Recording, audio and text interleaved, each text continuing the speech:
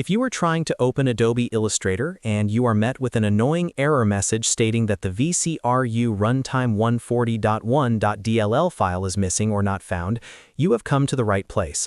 This is a very common Windows error that essentially means a specific component of the Microsoft Visual C++ Redistributable package is either missing, corrupted, or was not installed properly during your software setup. Today, I am going to walk you through exactly how to fix this so you can get back to designing without any roadblocks.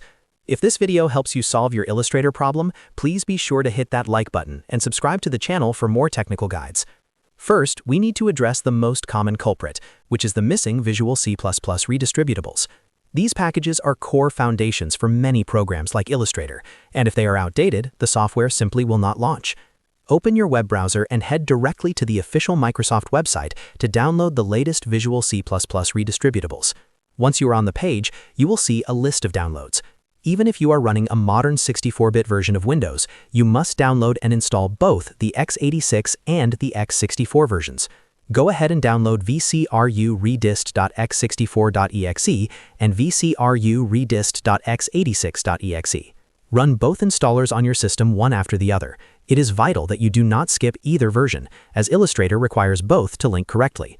Once the installers have finished, you must restart your computer. This restart is not optional, as it allows Windows to finalize the registration of these new system files. After your computer boots back up, try launching Adobe Illustrator again. If it opens successfully, you are all set.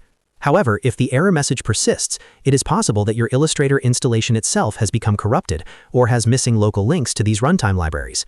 If that is the case, the best course of action is a clean reinstall.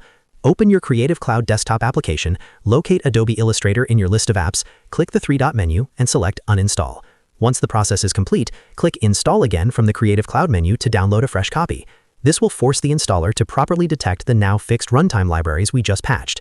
After the fresh install completes, you should find that Illustrator launches perfectly.